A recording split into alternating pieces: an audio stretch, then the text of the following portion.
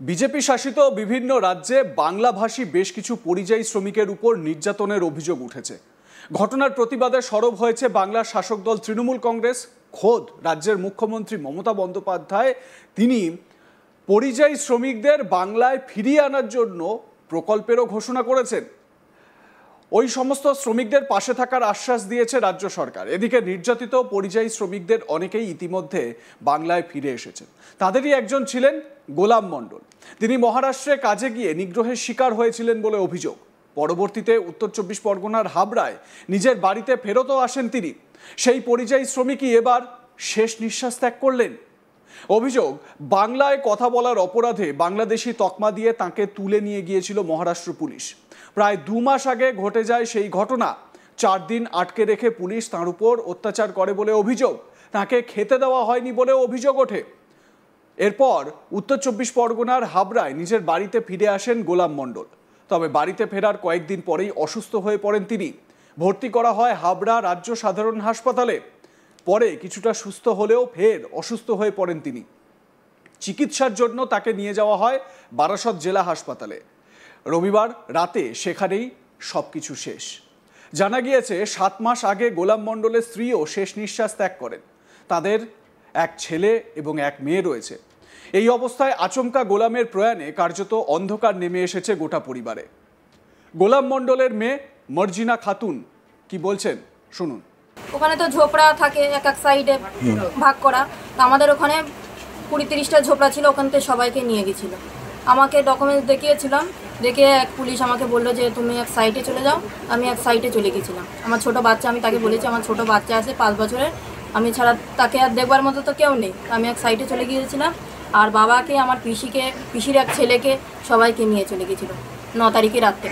আর 14 তারিখে রাত্রে বাবাকে ছাড়ে ওখান থেকে। আর বাকিদের ছেড়েছিল? বাকিদেরকে কিছুদেরকে 3-4 জনদের বাংলাদেশে পাঠিয়ে দিয়েছিল। আর আমার বাবাকে, পিসিকে 14 তারিখে ছেড়েছিল ওরা ওখান থেকে। আচ্ছা, আপনাদের কি কি ডকুমেন্টস দেখতে চেয়েছে ওরা? ওরা অনেক কিছু, Aadhaar card, I card, voter ও প্যান কার্ড, রেসিডেন্ট সার্টিফিকেট, অঞ্চল থেকে যে সার্টিফিকেটগুলো দেয় ওই সার্টিফিকেট, বাপ দাদার জমির দলিল, বাবার ভোটার লিস্টের নাম, অনেক কিছু সবকিছু দেখিয়েছিলেন। দেখানোর পরে বলছে তোমরা বাংলাদেশি। তারপরেও কেন এইভাবে বাংলাদেশি তকমা দেওয়া হলো? ওরাই জানে। এখন ওরা অত্যাচার করে বললে যে তোমাদের এইসব তো বানানো যায়, 50 টাকায়ও বানানো যায়, 100 টাকায় বানানো যায়, এটা ডুপ্লিকেট বানিয়ে তোমরা দিয়ে আমাদের দেখাচ্ছ। আবার ছিঁড়ে, আমার বাবারটা ছিঁড়ে নিয়ে এরকম হাত থেকে ফেলে দিচ্ছে। যেই বাবার ডকুমেন্টস দেখাচ্ছে, বাবার নাম ধরে ডাকছে, বাবা দেখাচ্ছে, ওইসব ডকুমেন্টস ছুঁড়ে ফেলে দিচ্ছে। দেখলো না, 4 দিন ধরে আটক করলে, খাওয়া দাওয়ার অত্যাচার। খালি বললো যে 1 বোতল করে ঠান্ডা পানি আর একটা করে সিঙ্গাড়া, নাই তো পাও খেতে। 4 দিনের মধ্যে বাবাকে। কি মনে হয় যে মহারাষ্ট্র পুলিশের এই ধরনের আচরণের ফলেই কি বাবাকে হারাতে হলো? হ্যাঁ। কি বলবেন? সরকারের কাছে কি আবেদন? রাজ্য সরকারের কাছে আবেদন। বাবা তো চলে গেছে, বাবাকে তো আর পাবো না। আপাতত বোম্বাই মেয়ে এখনো যত বাঙালি আছে সবাই ভালো থাকে, ঠিক থাকে।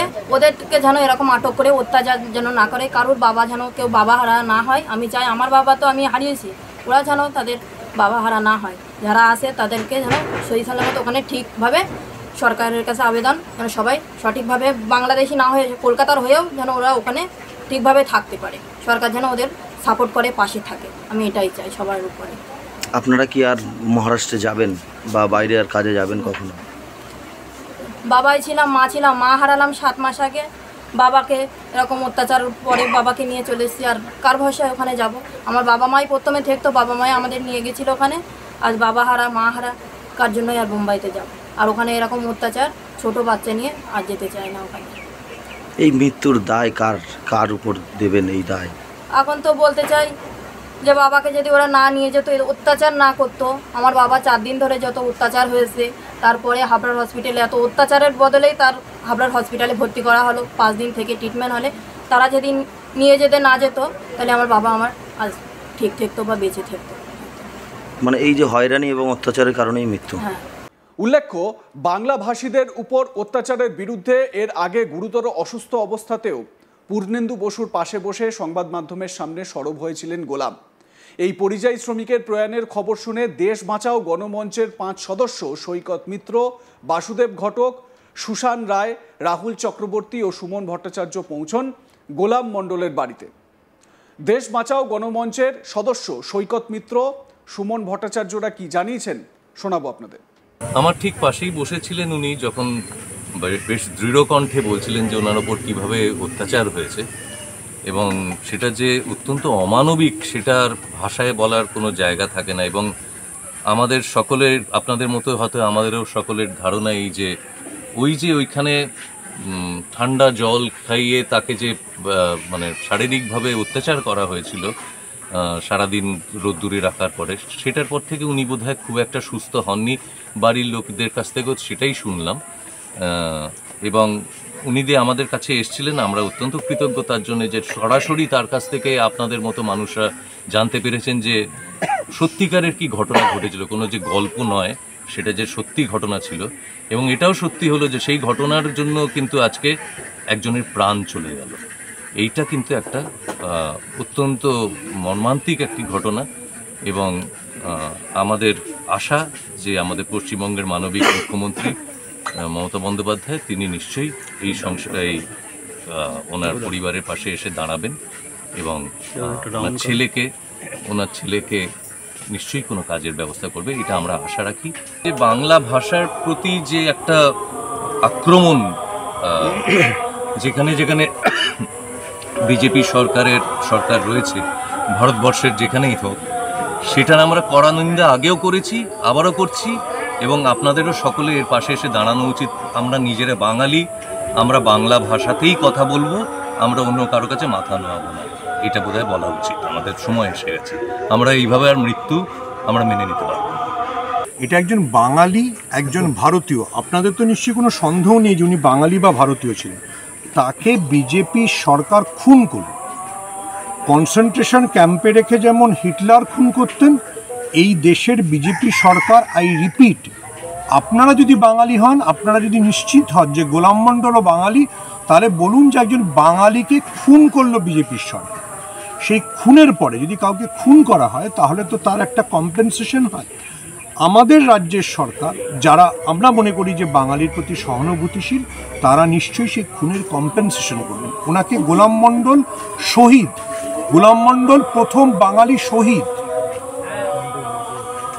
এটা নিয়ে আপনাদের তরফে কোনো অভিযোগ করা হবে মহারাষ্ট্র পুলিশের বিরুদ্ধে? আমরা তো মহারাষ্ট্র পুলিশের বিরুদ্ধে মামলাও করতে পারি। স্বাভাবিকভাবে এই ঘটনায় চাঞ্চল্য পড়ে গিয়েছে। কেন একজন পরিযায়ী শ্রমিকের এই রকম নির্মম পরিণতি হবে? কেন একজন পরিযায়ী শ্রমিক সে বাংলায় কথা বলে বলে তাকে এই রকমভাবে প্রহৃত হতে হবে ভিন রাজ্যে?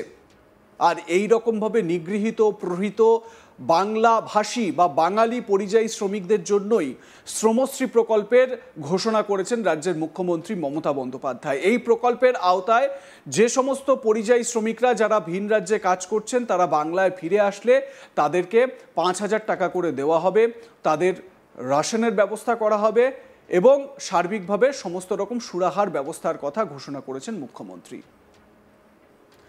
আপনাদের মতামতের বিষয় জানাতে ভুলবেন না। দেখতে থাকুন আজ তাক বাংলা। সাবস্ক্রাইব করুন আমাদের ইউটিউব চ্যানেলটি, বেল আইকন প্রেস করুন নোটিফিকেশন পেতে।